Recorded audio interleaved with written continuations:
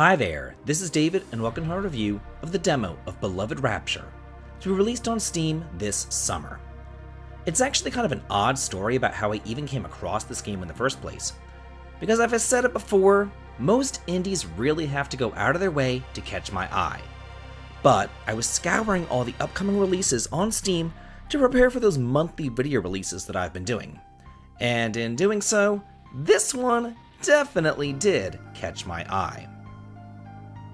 This is an SNES inspired JRPG built back in RPG Maker 2003, and even though the demo only lasted roughly 1 hour, it was definitely an action-packed adventure, reminiscent of those SNES greats like Lufia 2 and Chrono Trigger. But in the same breath that I do say that, I am also going to warn you, it is a bit rough around the edges. But hopefully with this review and this feedback, as well as plenty of time to work on the game before the summer release, they can give this the polish that it so rightfully deserves. Right from the get-go, you can choose between classic or story difficulty modes, as well as active or wait modes. There's also an included prologue that you are able to skip if you do so desire, but I wouldn't. It's not very long, and it does give you a glimpse of the battle system, as well as doing a great job of drawing you into the story, which is actually quite good. You play as Johann, a boy on the cusp of his 18th birthday, who's set to leave his small mountain village to go on to the big kingdom and become a squire and maybe even start a family. Only, his best friend Zack really doesn't want him to go. He would much rather buck tradition and leave town with him together, so that they can go off on their own adventures. But on Johann's 18th birthday, the shit kinda hits the fan, as Zack gives him a magical sword and then takes him into a mysterious cave full of dragons and sapphire trees. All of this opens up Johann's eyes to the world at large, and he does decide to leave town along with Zack after all. But only things don't really go according to plan whenever Johann's crazy estranged father comes back into town, ransacks the village, and leaves Zack missing. The demo told quite the tale in the hour that it took me, and it really did leave me wanting a whole lot more. The dungeons are beautiful, done in that glorious 16-bit style that I just adore. They're also full of puzzles, from disappearing bridges to switches that you step upon, cliffs to jump off of, and boulders to push.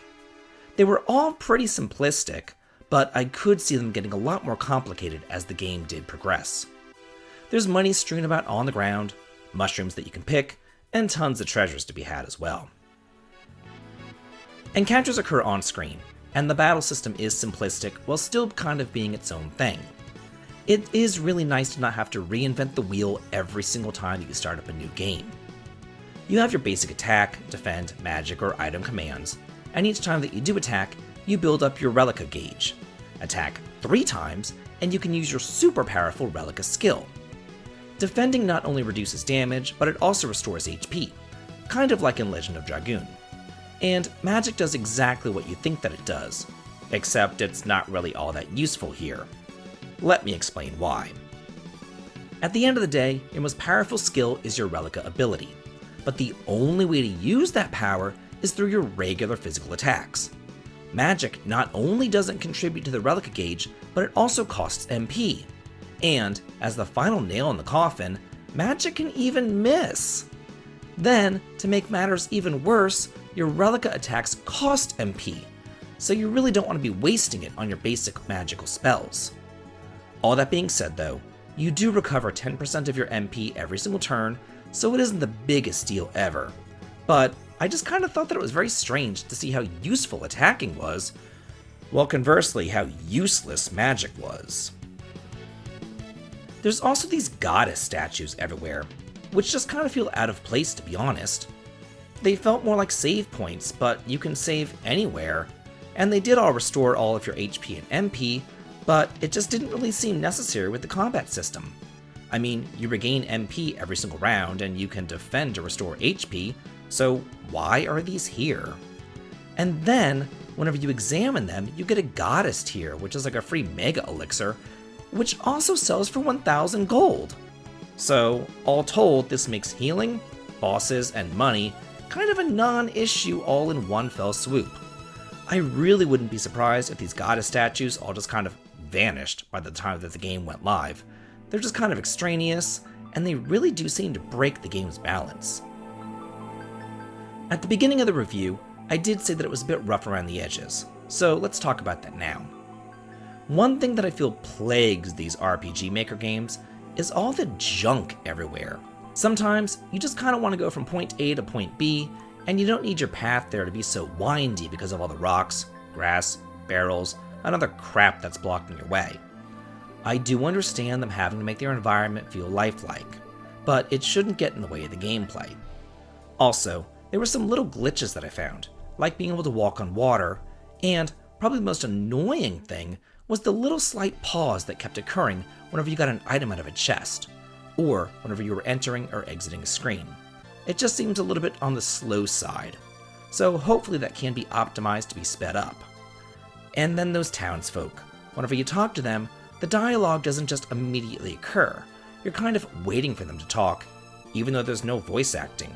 So instant dialogue would be great.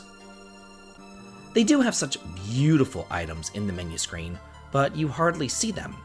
One thing that I'd love to see implemented would be for Johann to hold up each item whenever he gets them, kind of like in Zelda or even Lufia 2. It'd be such a great throwback. And finally, there is no controller support for the demo either. That is a huge minus for me, but I do have faith in the team that they will be able to rectify that for the final release this summer, because overall, this is a great game. All of the bones are there. The story is fantastic. The combat system is a lot of fun, and the world is gorgeous. So, that's it for my review of the demo of Beloved Rapture. What did you think about it? Let me know in the comments. And if you like this video and want to cheer on the channel, please consider following me over on Twitter, supporting me on Patreon for exclusive videos and early access to my content, heading on over to Twitch for some streaming fun, or coming on over to my Discord to chat and hang out. The links to them all can be found in the video description. This has been David, and if you like this, please like, comment, and subscribe, and have a good day.